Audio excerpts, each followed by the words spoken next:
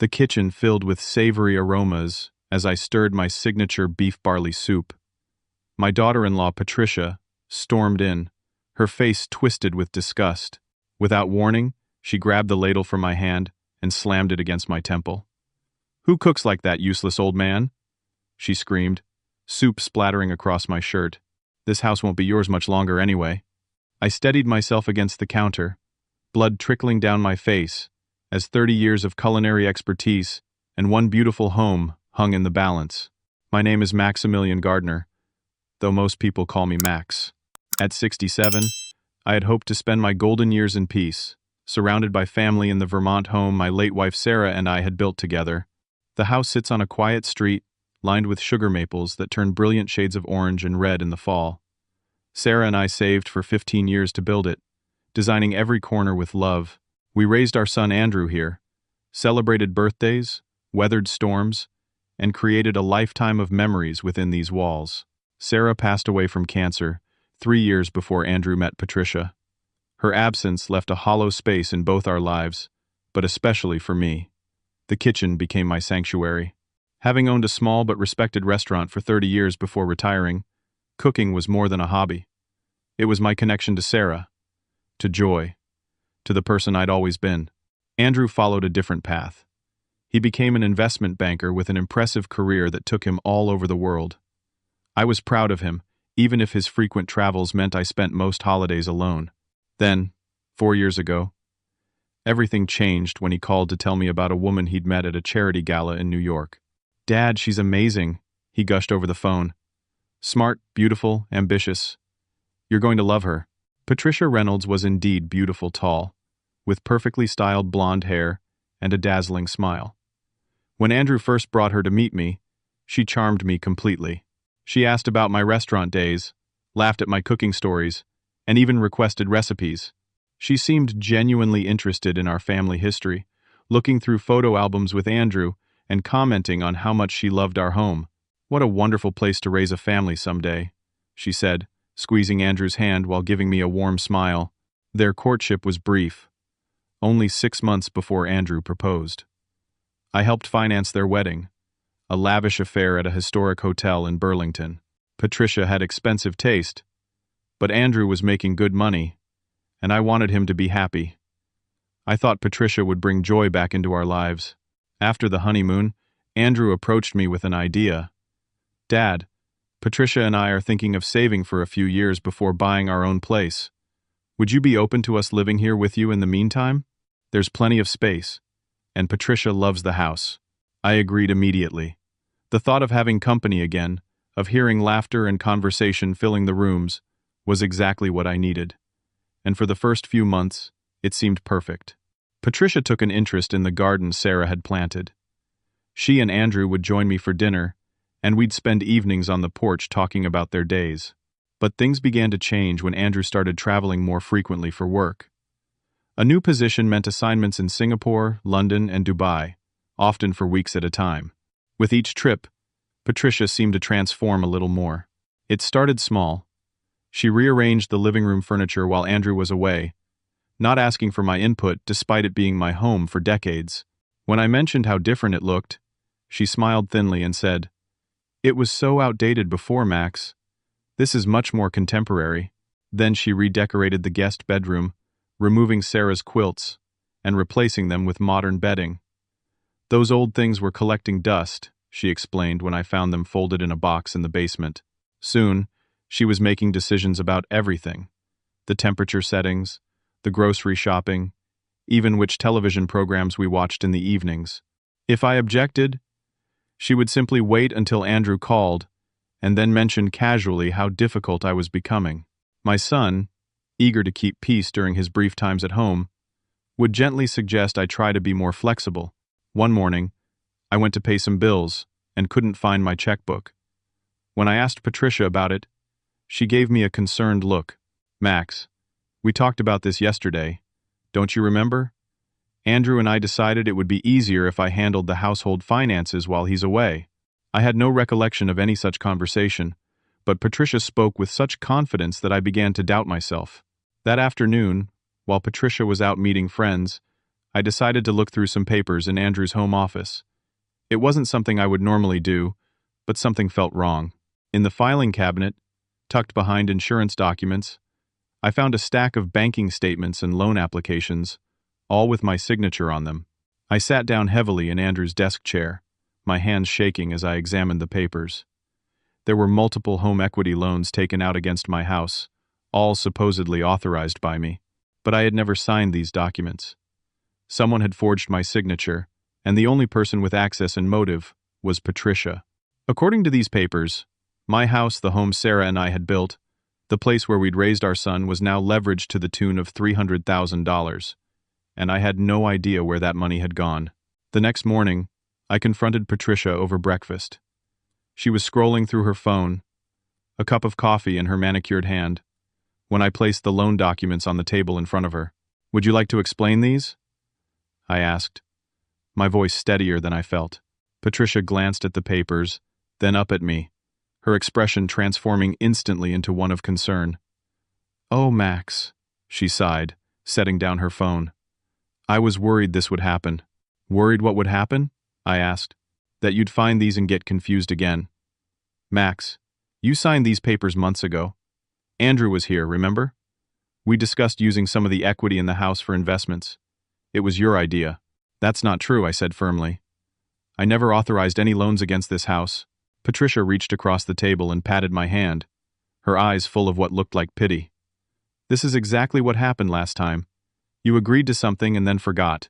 Andrew and I are getting concerned about these memory lapses." "I don't have memory lapses," I insisted, pulling my hand away. "Then how do you explain your signature on these documents?" she asked, her voice taking on a sharper edge. "Are you suggesting I forged them? That I committed fraud?" Her eyes held a challenge, and I realized she had me cornered. It would be my word against hers, and she had already been planting seeds of doubt with Andrew about my mental state. I called Andrew in Singapore that evening while Patricia was at her yoga class.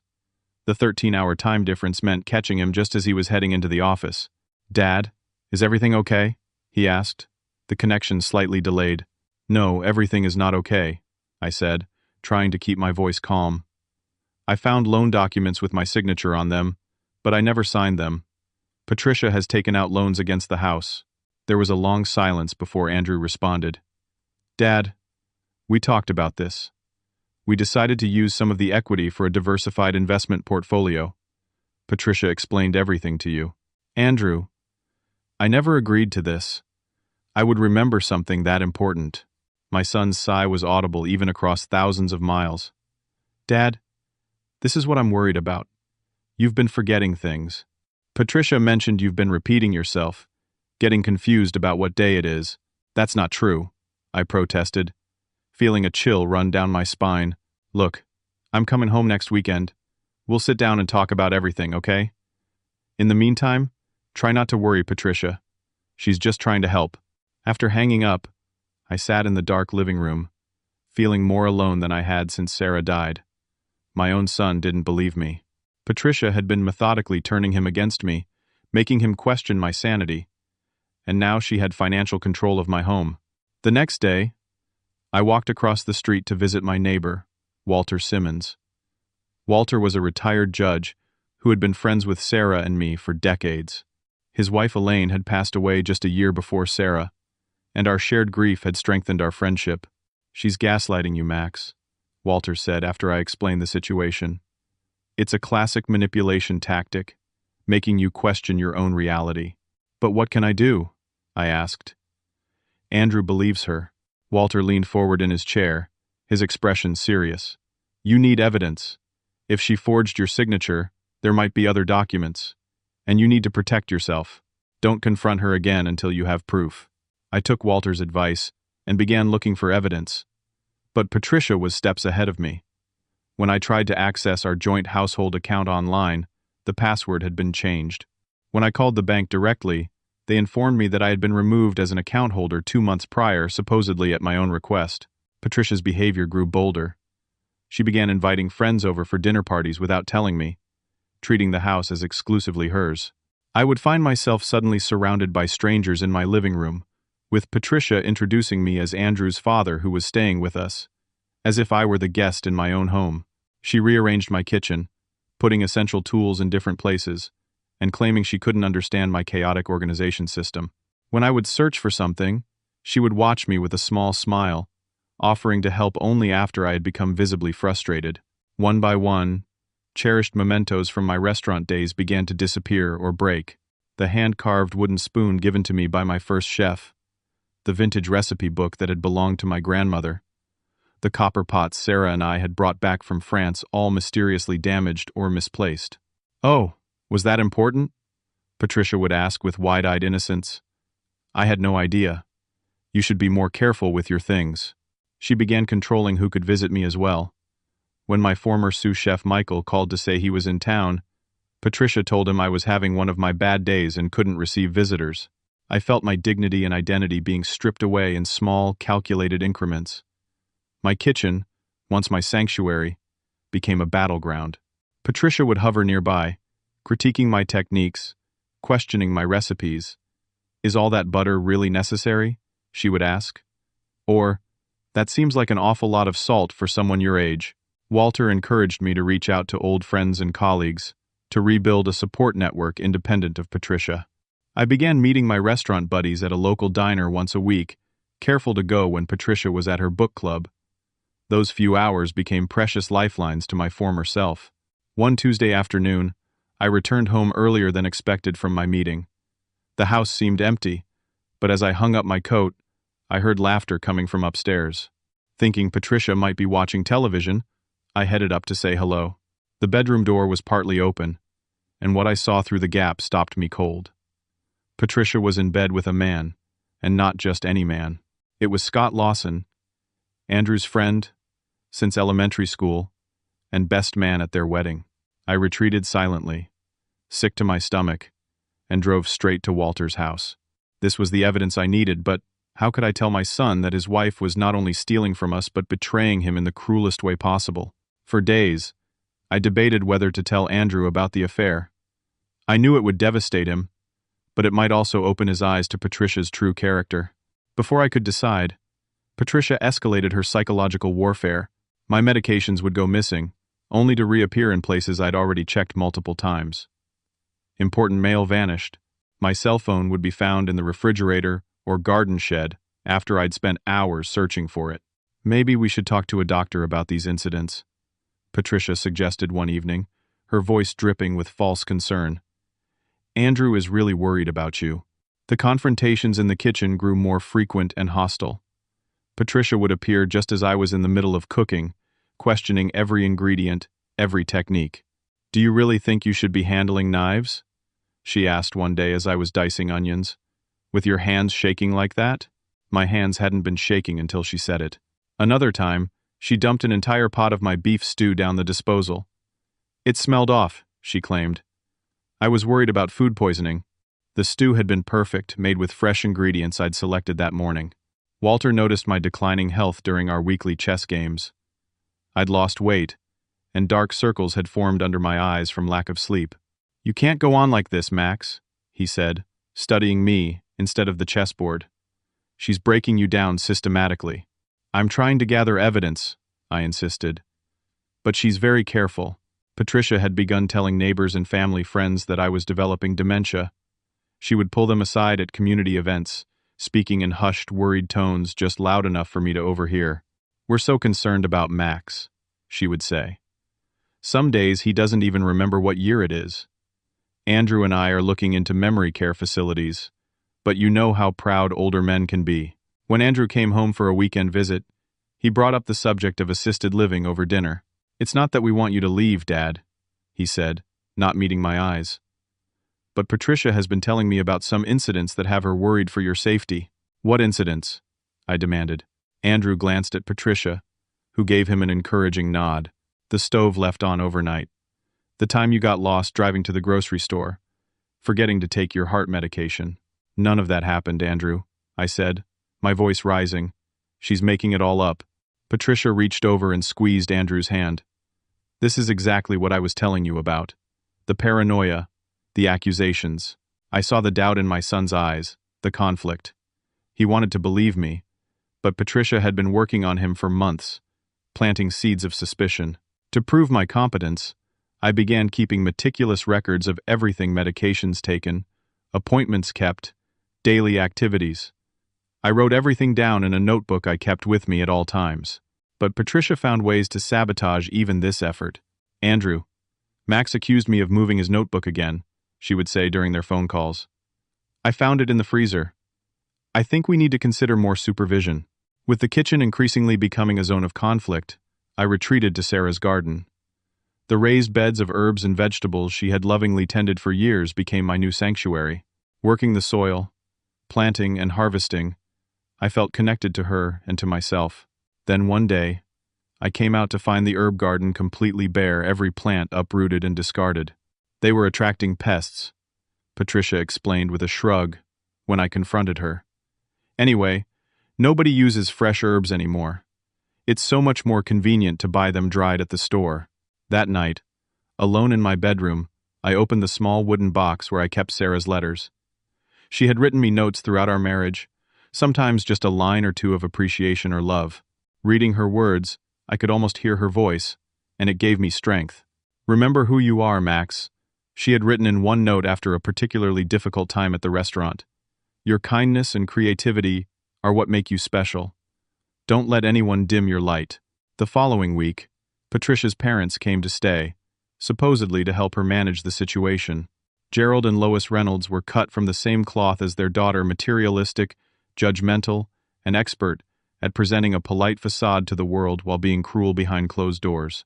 They took over the guest bedroom, Sarah's sewing room, which Patricia had already redecorated, and began treating the house as their own. Gerald criticized the landscaping while Lois rearranged the kitchen cabinets without asking.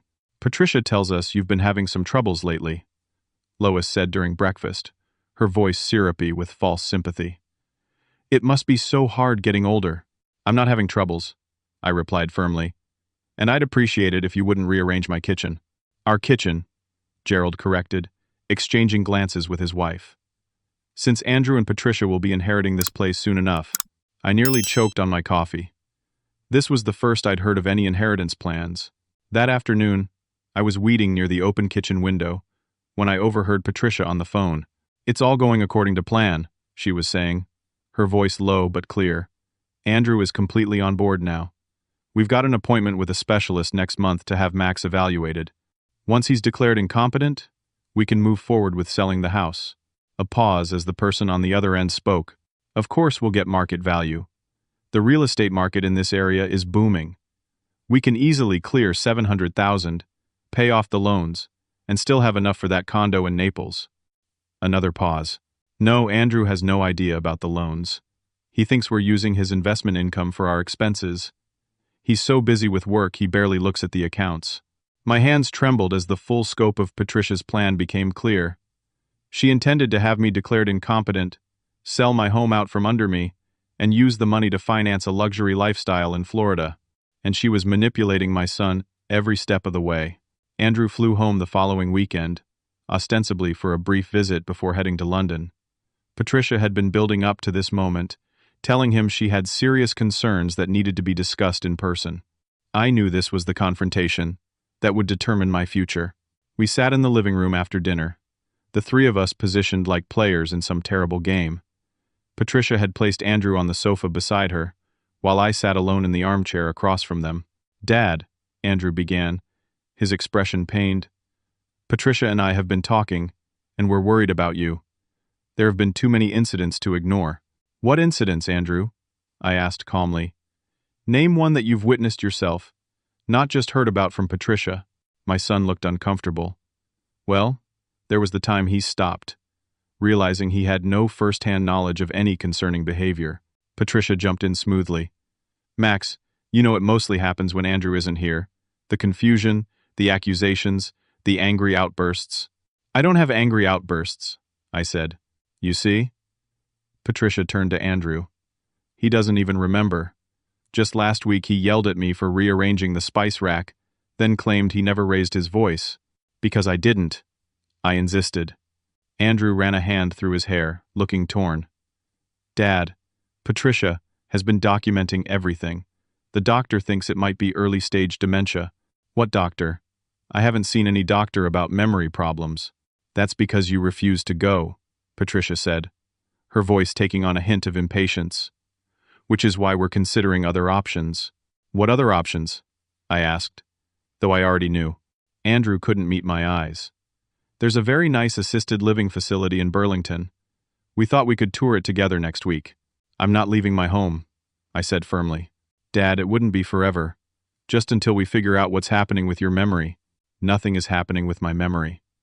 Patricia is lying to you. I turned to my daughter-in-law. Tell him about the loans you took out against the house without my knowledge. Patricia's eyes widened in practiced innocence. Andrew, this is exactly what I've been telling you about. These paranoid accusations. I've shown you the papers Max signed. Papers with forged signatures, I countered. Andrew stood up, clearly distressed. I can't do this right now. I have an early flight tomorrow. And what about Scott? I asked, deciding to play my final card. Patricia's face paled slightly. What about Scott? Do you want to tell Andrew? Or should I? Andrew looked between us, confused. Tell me what? What about Scott? Patricia recovered quickly, reaching for Andrew's hand. Your father has this bizarre idea that Scott and I are having an affair. It's another delusion. Scott has been helping me look into memory care options, and Max saw us having coffee together. Now he's invented this whole scenario. I looked at my son, seeing the doubt in his eyes, and realized Patricia had outmaneuvered me again. Without proof, it was my word against hers, and she had spent months establishing me as unreliable. I think I need some air, Andrew said, walking out onto the porch. Patricia gave me a triumphant smile before following him. The next morning, Andrew left for London without resolving anything. Patricia's victory seemed complete.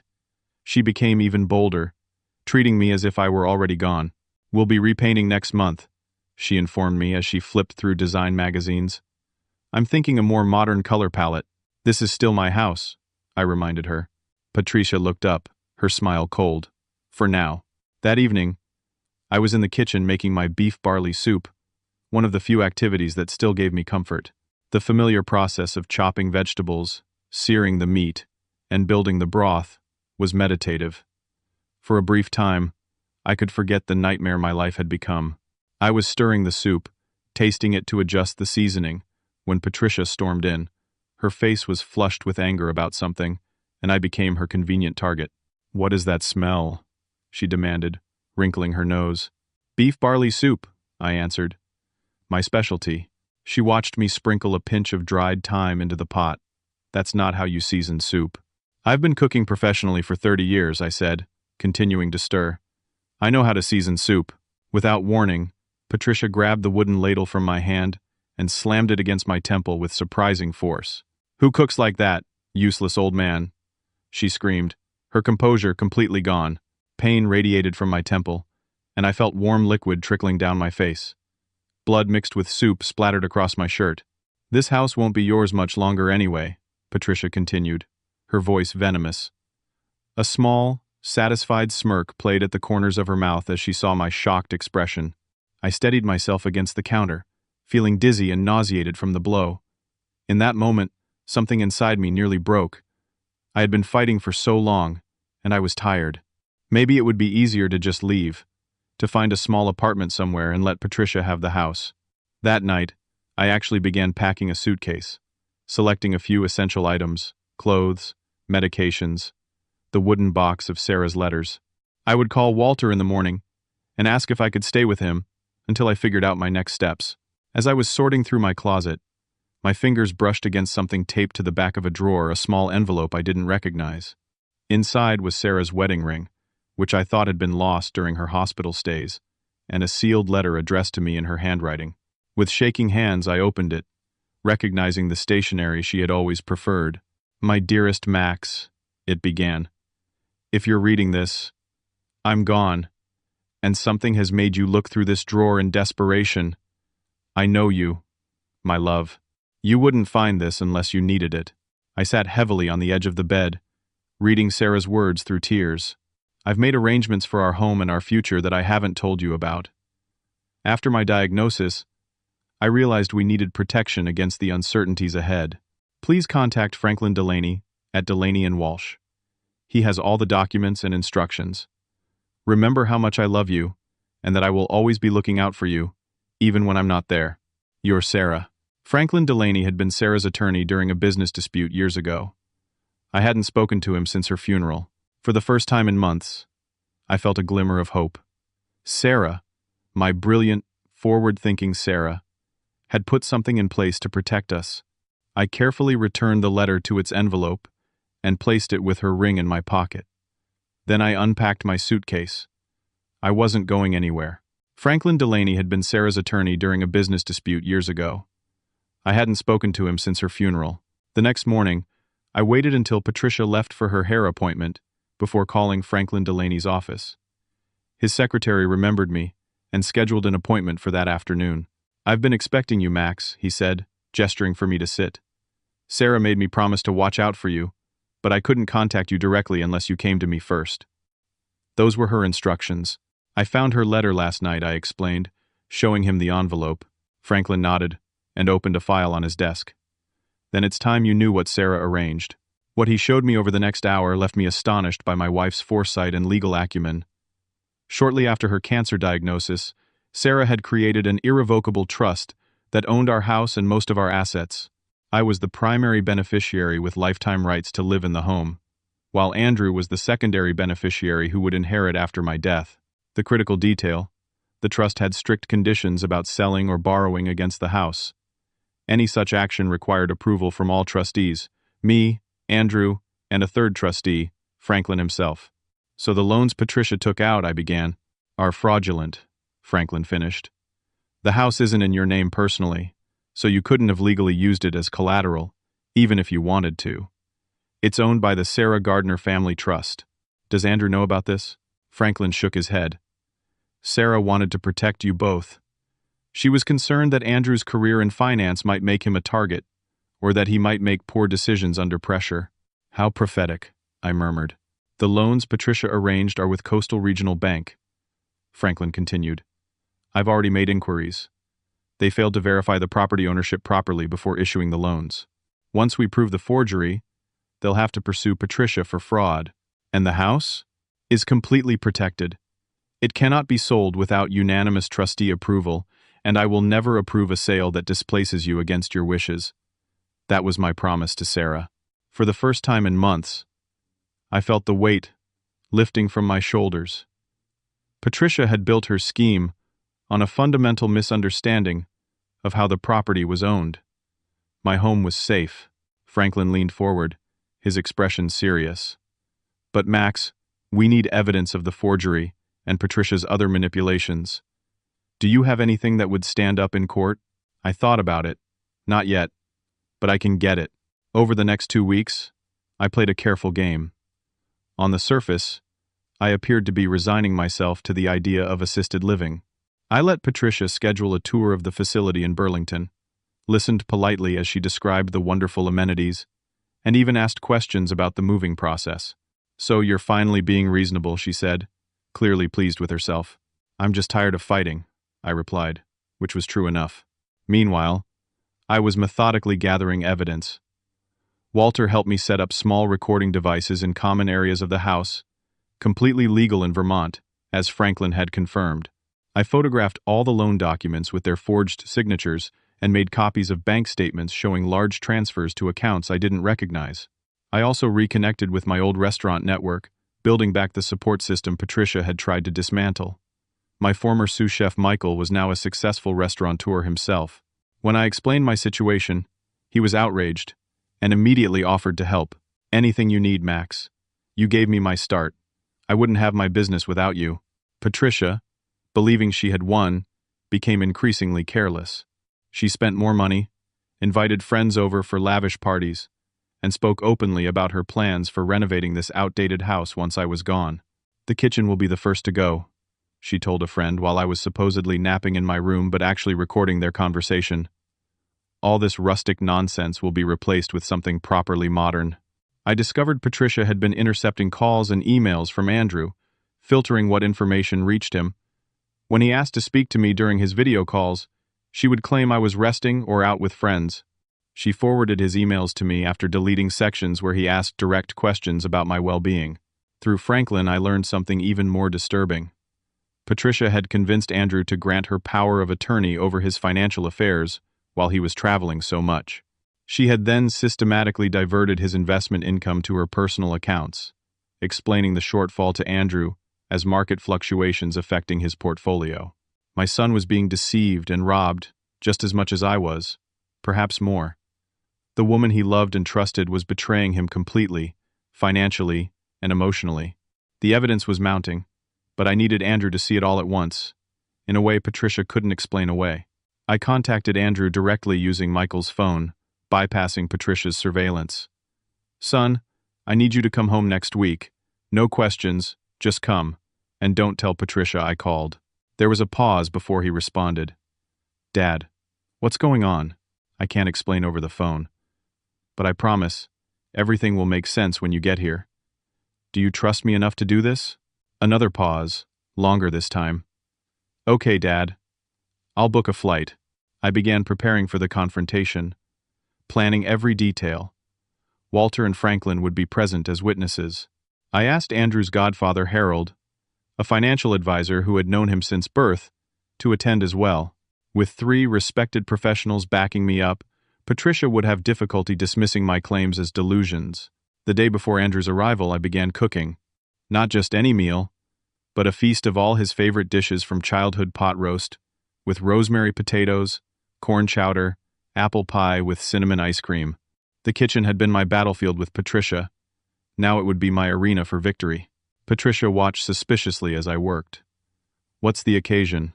"Just felt like cooking," I replied, carefully measuring ingredients for the pie crust. "You're wasting your time and making a mess," she sniffed, but left me to it. That evening, I received a text from Andrew, saying he'd landed and checked into a hotel. Everything was set for tomorrow's revelation. As I went to bed, I felt calm for the first time in months. Tomorrow would bring conflict, but also resolution. I was ready. The next morning, I rose early and continued my preparations. The pot roast went into the slow cooker, the pie was ready to be baked, and the dining room table was set with Sarah's best china. Patricia raised her eyebrows when she saw me polishing the silverware. "Special plans?" she asked casually. "Just having a few friends over for lunch," I replied. "I'll be out most of the day," she said. "Spa appointment and lunch with the girls." I nodded, knowing she was lying. Patricia never missed a chance to impress my friends with her hostess skills. If she was choosing to be absent, she must be planning something else. I suspected she was meeting Scott again, which worked perfectly with my timeline. At 11:30, Walter arrived carrying a folder of documents. Franklin and Harold followed shortly after, both dressed in business attire. I welcomed them into the living room, where I had set up coffee and pastries. "Is everything ready?" Walter asked quietly. "All set," I confirmed. "Andrew should be here any minute." Franklin reviewed our documentation one last time. "These recordings are damning, Max. There's no way she can explain them away." Harold shook his head as he examined the financial records. "The systematic diversion of funds from Andrew's accounts is textbook fraud. And these loan documents, the forgery, isn't even particularly skilled." The doorbell rang, and my heart jumped. I opened it to find Andrew standing there, looking tired and confused. "Dad? What's going on? Why are all these cars here?" Before I could answer, another car pulled into the driveway. Patricia returning much earlier than expected. She got out, her face darkening when she saw Andrew on the porch. "Andrew! What a surprise!" she called, her voice shifting instantly to delight as she hurried over. "Why didn't you tell me you were coming home?" "Last-minute decision," he said, accepting her hug awkwardly. "Dad asked me to come." Patricia's eyes darted to me, then back to Andrew. "Did he? Well, isn't that nice? Though you could have called me instead, saved yourself the trip. We were just about to take your father to visit that assisted living facility." "Actually," I interrupted, "I've invited everyone for lunch. Special occasion." Patricia's smile tightened. "What special occasion?" "Truth," I said simply, holding the door open wider. "Please, let's all go inside." In the living room, introductions were made.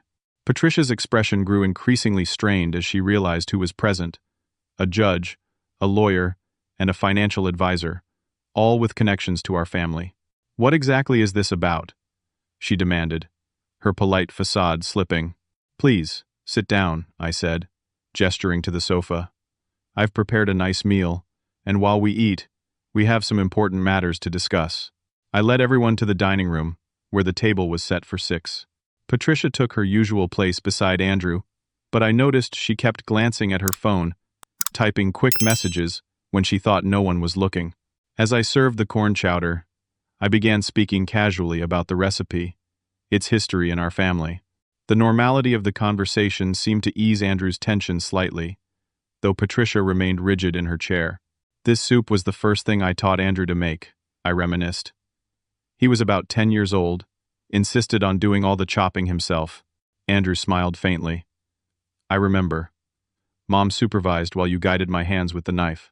Sarah always said you had a natural talent for cooking, I continued. Takes after his father, she'd tell everyone. I noticed Patricia shift uncomfortably at the mention of Sarah. She had always been dismissive of Sarah's continuing presence in our lives, even in memory. As the main course was served, Franklin cleared his throat. Andrew, we've asked you here today because there are some matters concerning your father's welfare and your family's finances that require immediate attention. I noticed Patricia shift uncomfortably at the mention of Sarah. She had always been dismissive of Sarah's continuing presence in our lives, even in memory. My condition is perfectly fine, I said calmly, placing the pot roast at the center of the table. And I won't be going to any facility. Walter pulled out a folder. Andrew, your father asked us to help him document some concerning patterns of behavior in this household. With your permission, we'd like to present what we've found. Andrew looked confused but nodded slowly. Go ahead. Franklin began methodically presenting the evidence, starting with the fraudulent loan documents. These loans, totaling $300,000, were taken out against the property using forged signatures. We've had the signatures analyzed by an expert. Patricia laughed, though it sounded forced. This is ridiculous. Max signed those papers himself, then forgot. It's exactly what I've been telling you about, Andrew. His memory issues. That would be a convenient explanation, Franklin continued, except for one crucial fact. The house isn't in Max's name to begin with. It's owned by the Sarah Gardner Family Trust, which has specific provisions preventing its use as loan collateral without approval from all 3 trustees. Max, yourself, and me. Andrew turned to Patricia, his expression hardening. Is this true? Did you forge those signatures? Of course not. This is some kind of setup. Your father is confused, and now he's confused these people too. Harold spoke next, presenting financial records, showing the systematic diversion of funds from Andrew's investment accounts. Over the past 18 months, approximately $240,000 has been transferred from your professional portfolio to personal accounts registered solely to Patricia. Patricia's face paled. Andrew, I can explain.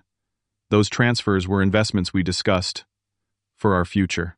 We never discussed transferring money to accounts I don't have access to, Andrew said, his voice growing cold. Where is that money now? Before Patricia could respond, Walter played the first of several recordings, conversations in which Patricia openly discussed her plans to have me declared incompetent, sell the house, and move to Florida. As Andrew listened, his expression shifted from disbelief to shock, and finally to anger. Turn it off, he said finally. I've heard enough. Patricia reached for his hand. Andrew, he's manipulating you. Those recordings could be edited, taken out of context. Are the bank transfers out of context too? Andrew asked quietly. Is the forged signature on loan documents for a house you can't legally borrow against also a misunderstanding? Patricia's demeanor changed instantly. The pleasant mask dropped entirely, replaced by cold calculation. You're going to believe them over me? Your wife? After everything I've done for you and your father? What exactly have you done for my father except try to push him out of his own home? Andrew demanded. I placed another recording device on the table and pressed play. Patricia's voice filled the room. Who cooks like that, useless old man? This house won't be yours much longer anyway. The sound of the ladle striking my head was clearly audible, followed by my gasp of pain. Andrew stood up abruptly. You hit him? You actually hit my father? Patricia's eyes darted around the room like a cornered animal's. He provoked me. You don't know what he's like when you're not here. Constantly criticizing, interfering. Stop, Andrew said, his voice shaking. Just stop talking. At that moment, the doorbell rang. I excused myself to answer it, returning with Scott Lawson, who looked extremely uncomfortable. Sorry to interrupt, Scott mumbled. Patricia texted me to come over urgently. Andrew stared at his childhood friend. Scott? What are you doing here? Patricia jumped to her feet. Scott! Thank God you're here. They're all ganging up on me, making wild accusations. Tell Andrew how his father has been acting. How worried we've all been about his mental state. Scott glanced around the room, taking in the group of professionals and the documents spread across the table. I'm not sure what you mean. You know exactly what I mean, Patricia hissed. All those times we discussed Max's condition, how he needed professional care. Something in Scott's expression changed. Patricia, I never discussed anything like that with you. Of course you did. All those meetings we had, planning how to help Max. Meetings? Andrew repeated, looking between his wife and friend. What meetings? Of course you did. All those meetings we had, planning how to help Max. Tell him, I said quietly. Tell him the truth, Scott. Scott looked at Andrew, genuine remorse in his eyes. I'm so sorry, man. It just happened. She said you were never home, that you two were practically separated already. Andrew stood very still, comprehension dawning. You and Patricia? You've been. It didn't mean anything, Patricia cut in desperately. It was just a few times, when I was lonely because you're always traveling. 6 months, Scott corrected. It's been going on for 6 months. And you were the one who approached me. Patricia, not the other way around. Patricia's face contorted with rage. You pathetic coward. After everything I promised you, what did you promise him? Andrew asked, his voice dangerously quiet. Scott looked away. She said once the house was sold and you two moved to Florida, I could have the guest house on the property, that we could continue our arrangement discreetly. Patricia lunged for her purse. This is insane. I'm not staying here to be ambushed and slandered. Actually, Franklin interjected, I'd advise against leaving. We've already filed a police report regarding the fraudulent loans and financial exploitation. Officers should be arriving shortly to take your statement. Patricia froze, then turned to Andrew, her expression suddenly vulnerable. Andrew, you can't let them do this to me. I'm your wife. We can work through this. The house was never even in my name, Andrew said, almost to himself. All this time, you've been lying about everything. Not everything, Patricia insisted. I do love you. That's another lie, Andrew replied coldly. Possibly your biggest one. In her desperation, Patricia made one last attempt to regain control. She pointed at me, her voice rising hysterically. This is all his fault. He turned you against me. He's been sabotaging our marriage from the beginning because he can't stand not being the center of your attention. As she grew more frantic, Patricia accidentally revealed the final, damning truth. I researched his finances before I even met you. I knew exactly how much the restaurant sale brought in, how much this property was worth. I chose you specifically, Andrew. Do you know how hard I worked to orchestrate our accidental meeting at that charity gala? The room fell silent. Andrew stared at his wife, as if seeing her for the first time. You targeted me? Our entire relationship was planned? Patricia realized her mistake too late. She tried to backpedal, but the damage was done. I think you should leave now, Andrew said quietly. Pack a bag and go. You can't just throw me out. I'm your wife. I have rights. Actually, Franklin interjected again, given the documented fraud and the assault against Max, we have grounds for an immediate restraining order. I've taken the liberty of preparing the paperwork. Patricia looked around the room, seeing no allies or escape routes. Her perfect facade cracked completely, revealing the calculating manipulator beneath. Fine, she spat. Keep your miserable house. I've already got what I wanted from both of you anyway. She stormed upstairs. Walter followed discreetly to ensure she took only her personal belongings. In the silent dining room, I placed a hand on Andrew's shoulder. I'm so sorry, son. He shook his head, looking dazed. All this time, she was just using me to get to the house? To your money? Not just that, I said gently. She wanted to erase your mother's presence too, to pretend Sarah never existed. Andrew's eyes filled with tears. How did I not see it? Because you're a good person who trusts others, I told him. Just like your mother was. When Patricia came downstairs with her suitcases, 2 police officers had already arrived. Franklin explained the situation, showing them the evidence of financial fraud and the recording of the assault. Mrs. Gardner, we'll need you to come to the station to answer some questions, one officer said. Patricia glared at all of us. This isn't over. You'll regret this. As the officers escorted her out, I felt no satisfaction, only relief and sadness for my son's pain. The house was safe, my dignity restored, but at the cost of Andrew's broken heart and trust. After everyone else had left, Andrew and I sat on the porch swing, a spot his mother had loved. The pot roast remained largely uneaten, the carefully prepared meal forgotten in the drama. I don't know what to say, Andrew murmured. I brought her into our lives. I let her treat you that way. You didn't know, I assured him. And you believed me in the end. That's what matters. As the sun set over the maple trees Sarah had planted, I felt her presence around us, protecting our home just as she had planned. The weeks following Patricia's departure were quiet and healing.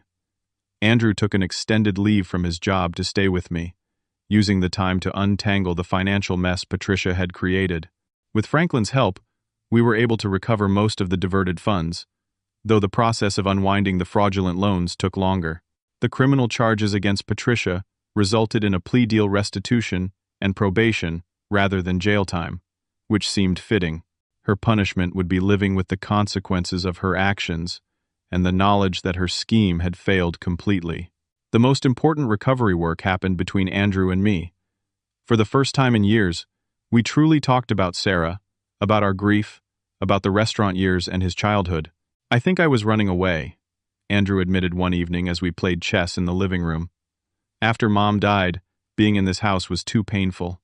Work became my escape. I understand, I told him. We all grieve differently.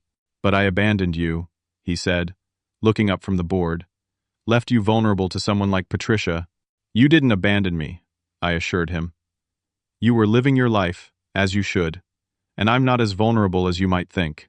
To prove that point, I began reclaiming my life and identity. I reached out to my old restaurant network and started teaching cooking classes at the community center. My signature beef barley soup became a favorite among students. The ladle now, a symbol of reclaimed dignity rather than humiliation. Andrew decided to request a transfer to the firm's Boston office, close enough to visit regularly without living in my pocket. No more Singapore or Dubai, he promised. I want to be nearby. We also made legal changes to protect ourselves going forward. Andrew revoked the power of attorney Patricia had held and appointed Franklin as his financial guardian should anything happen to him. I updated my will and the trust documents to reflect our new understanding of potential vulnerabilities. The house itself seemed to breathe easier with Patricia gone. I restored Sarah's touches that had been removed. Her quilts returned to the guest room, her cookbooks back on the kitchen shelves, her garden replanted with the herbs she had loved. Walter remained a steadfast friend through it all, joining us for weekly dinners and chess matches. His legal background had been crucial in building our case, but his friendship was even more valuable in rebuilding our sense of security and family. One sunny afternoon in October, exactly a year after the Ladle incident, Andrew helped me host a dinner party for everyone who had supported us. Walter, Franklin, Harold, Michael, and other friends who had stood by me during Patricia's campaign of manipulation. As I moved confidently around my kitchen, preparing a feast of favorite dishes, Andrew watched with a smile. You know, Dad, you should write a cookbook.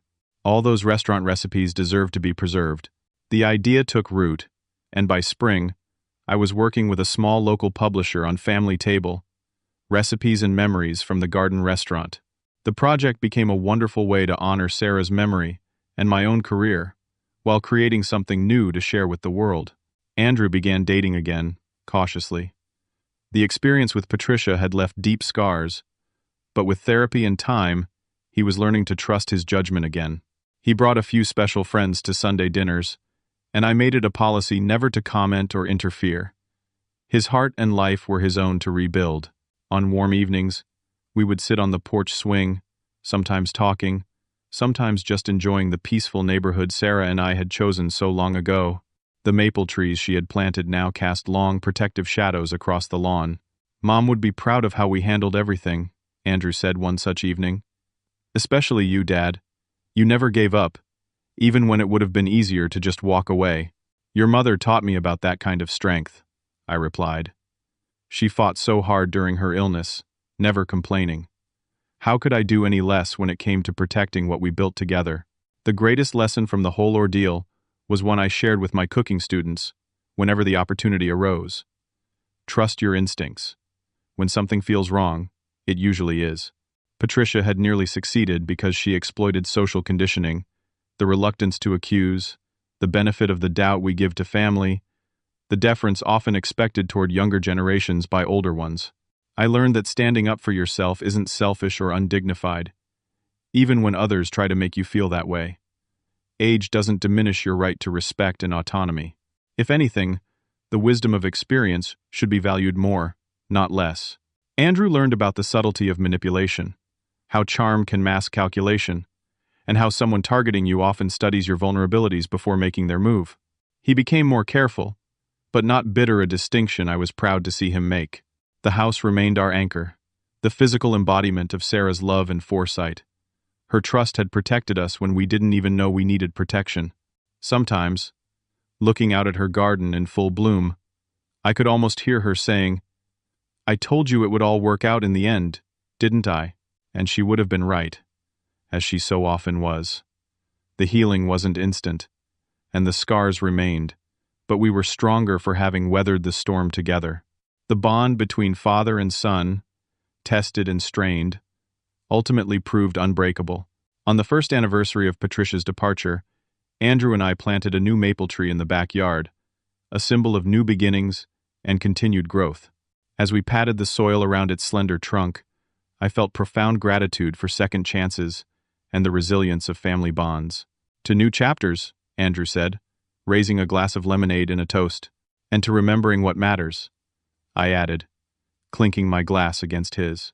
The house that Patricia had coveted so desperately remained exactly where it belonged in the family that had built it with love, protected it with foresight, and now continued its story with renewed appreciation for its true value.